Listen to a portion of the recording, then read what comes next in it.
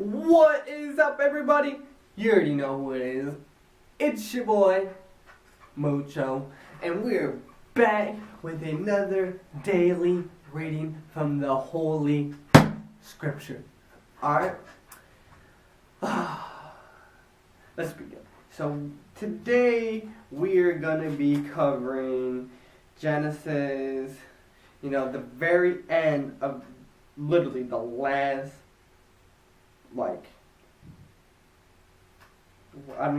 was it the very last part of Genesis 26? So I'm covering the end of 26, and we're going to Genesis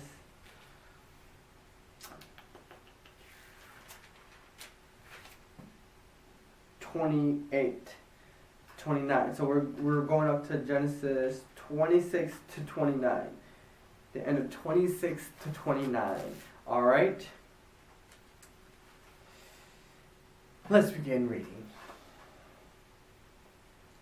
Trouble between Jacob and Esau. In several respects, the differences and difficulties between Jacob and Esau are not alike between those between Cain and Abel centuries earlier. Like their predecessors, Jacob and Esau are different occupations, temperament, and moral character.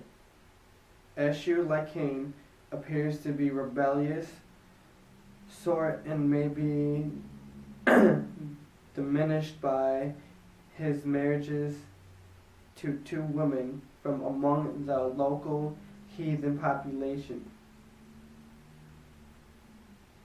Yet Jacob himself is not without fault.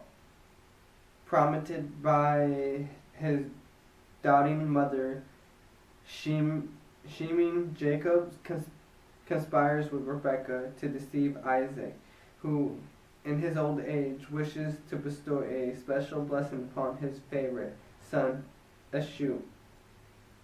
With the birthright already his, Jacob would have received the greater part of Isaac's inheritance in any event, but despite this fact, he consents to prostrate the fraud. A long period of exile in future years may be the consequent penalty for this sin against his father. Rebekah's own involvement evidently stems from the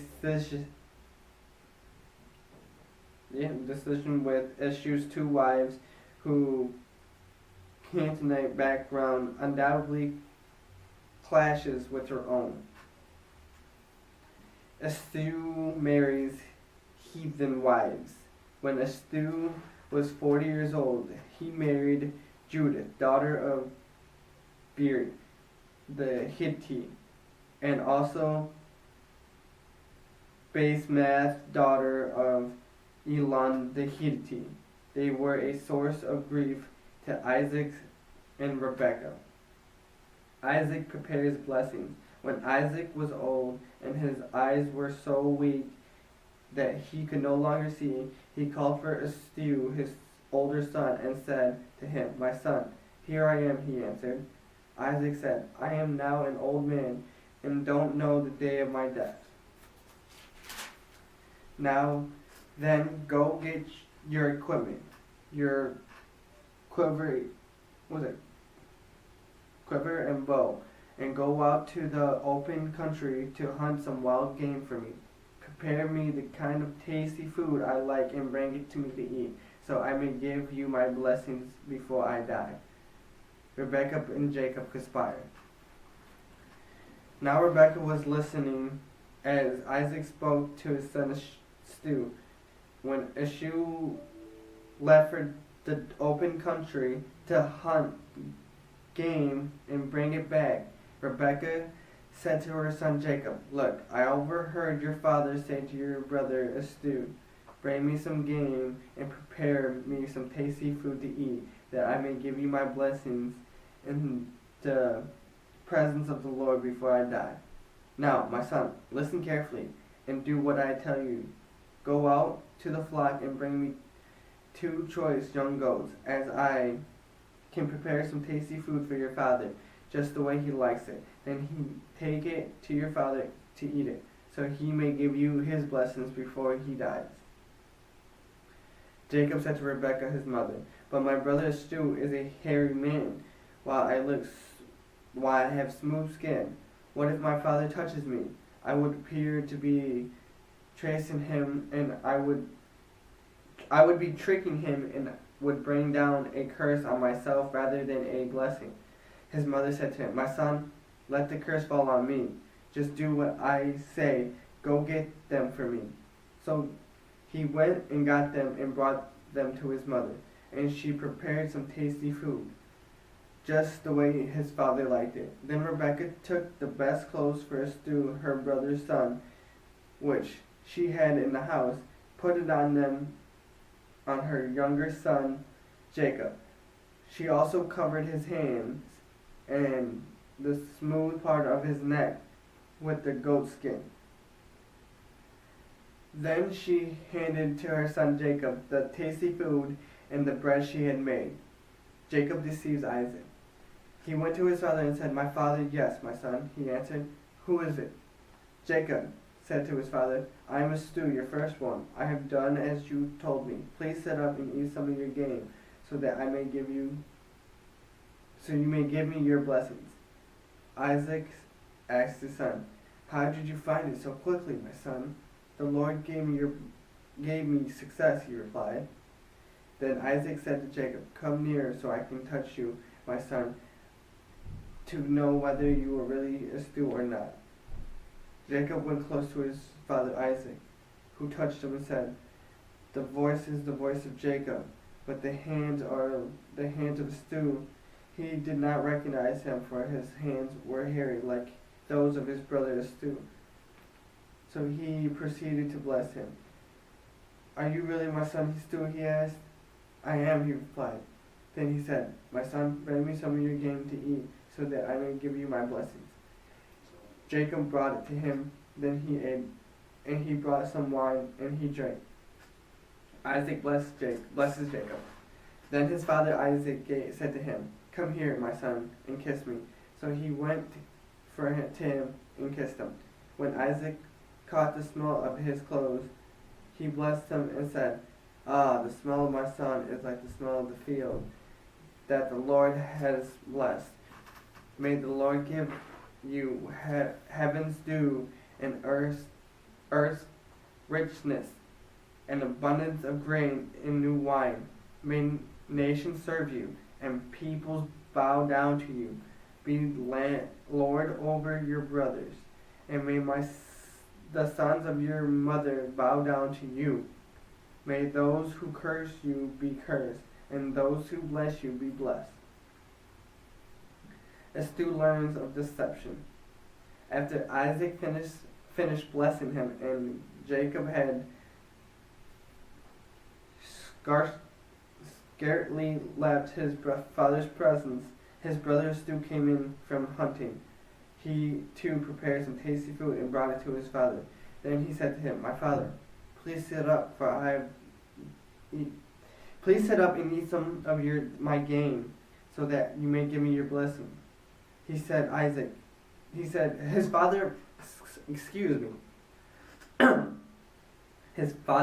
asked him, "Who are you?" "I am your son," he answered, "your firstborn Esau."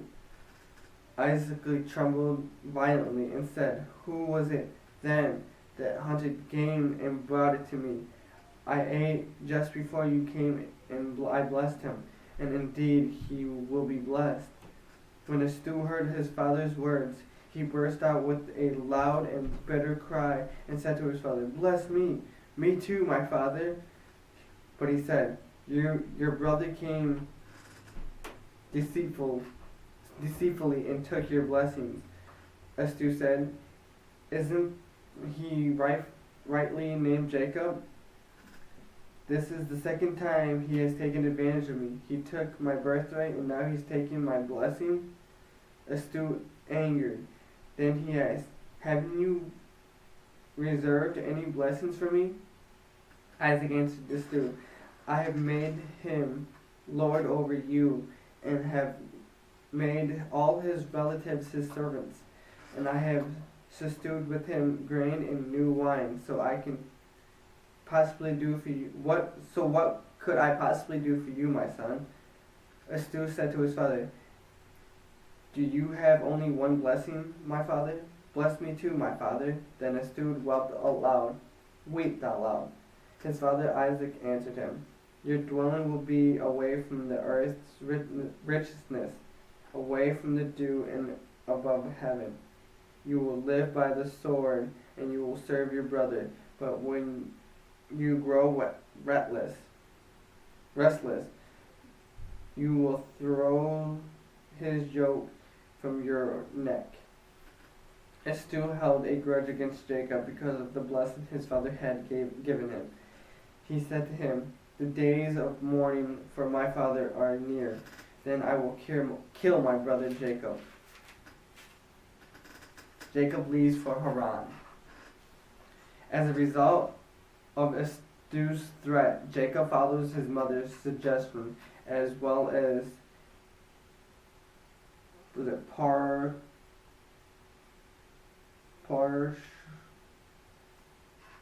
partial mandate, and leaves for Haran, the region from which Rebekah herself had came.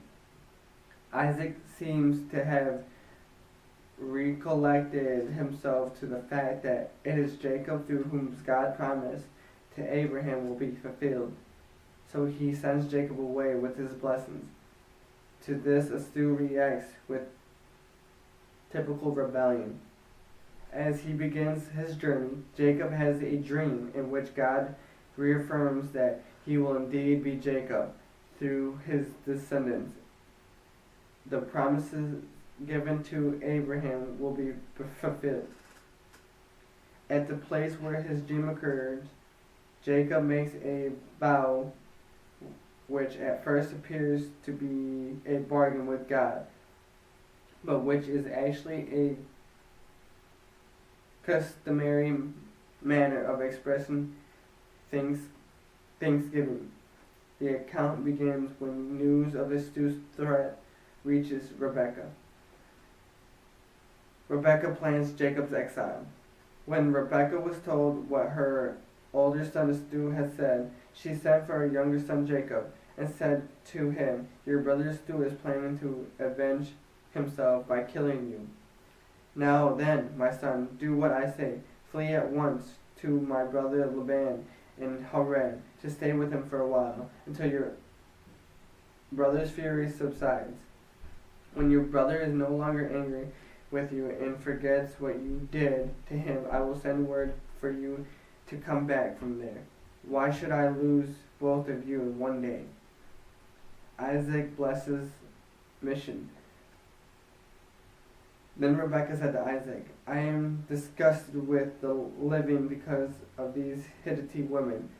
If Jacob takes a wife from among the women of this land, from Hittite women like these, my life will not be worth living." So Isaac called for Jacob and blessed him. Then he commanded him, "Do not marry any Canaanite woman. Go at once to Paddan Aram, to the house of your mother's father Bethuel. Take a wife, brother. May God Almighty bless you and make you fruitful and increase your numbers until you have become a community of peoples. May He give you and your descendants the blessings given by Abraham, so that you may take possession of the land where you now reside as a foreigner, the land God gave to Abraham." Then Isaac sent Jacob on his way and went to Paddan Aram, to Laban, son of Bethuel, the Aramean, the brother of Rebekah, who was the mother of Jacob and Esau. a stew takes a wife from spite, spit, spitting, spitting. Now Esau learned of Jacob. Now Esau learned that Isaac had blessed Jacob and sent him to Padan Aram to take a wife from there, and that when he blessed him, he commanded him, "Do not marry a Canaanite woman," and that Jacob had obeyed his father and mother and had gone to Padan Aram. Esau then realizes how displeasing the Canaanite women were to his father Isaac. So he went to Ishmael and married Mahlah, the sister of Nebaioth, and daughter of Ishmael, son of Abraham, in addition to the wives he already had. Jacob has dream. Jacob left for Beersheba and set out for Haran. When he reached a certain place, he stopped for the night because the sun had set. Taking one of those stones there, he put it under his head and lay down to sleep. He had a dream in which he saw a stairway resting on the earth, with its top reaching to heaven. The angels of God were ascending and descending on it. There above stood the Lord and then said, "I am the Lord, the God of your father Abraham, and the God of Isaac. I will give you and your descendants the land on which you are lying. Your descendants will be like dust of the earth, and you will spread out west and to the east, to the north and to the south. All peoples on earth will be blessed through you and your offspring. I am with you and will watch over you wherever you go. I will bring you back to this land. I will not leave you until I have done what I have promised you." When Jacob awoke from his sleep, he thought, "Surely the Lord is in this place, and I was not aware of it." He was afraid and said, "How awesome is this place! This is none other than the house of God. This is the gate of heaven." Jacob erects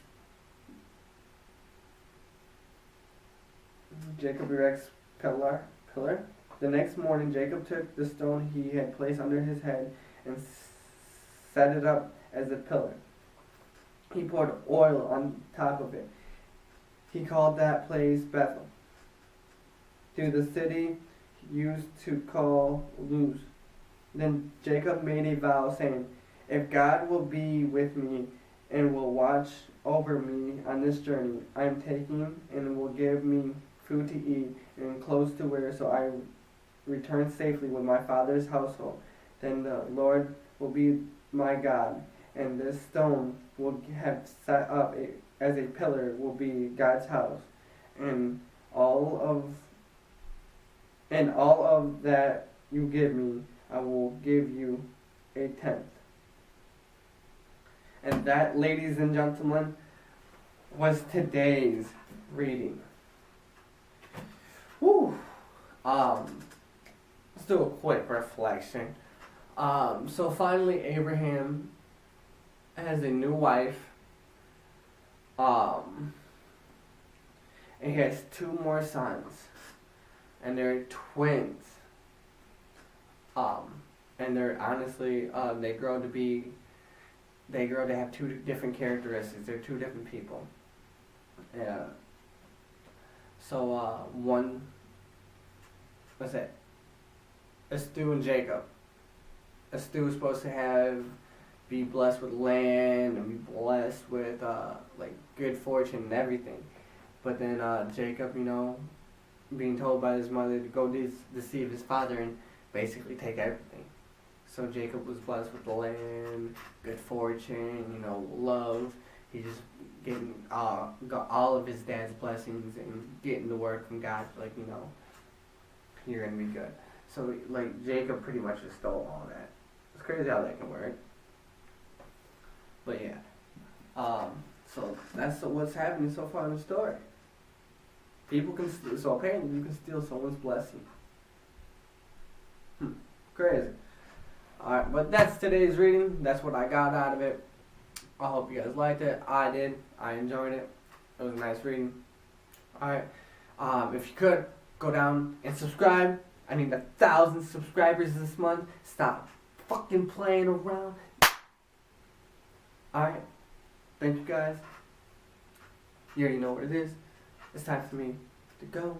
You already know who it is. It's your boy, Mucho. And it's time for me to what? Skedaddle on at it. Peace.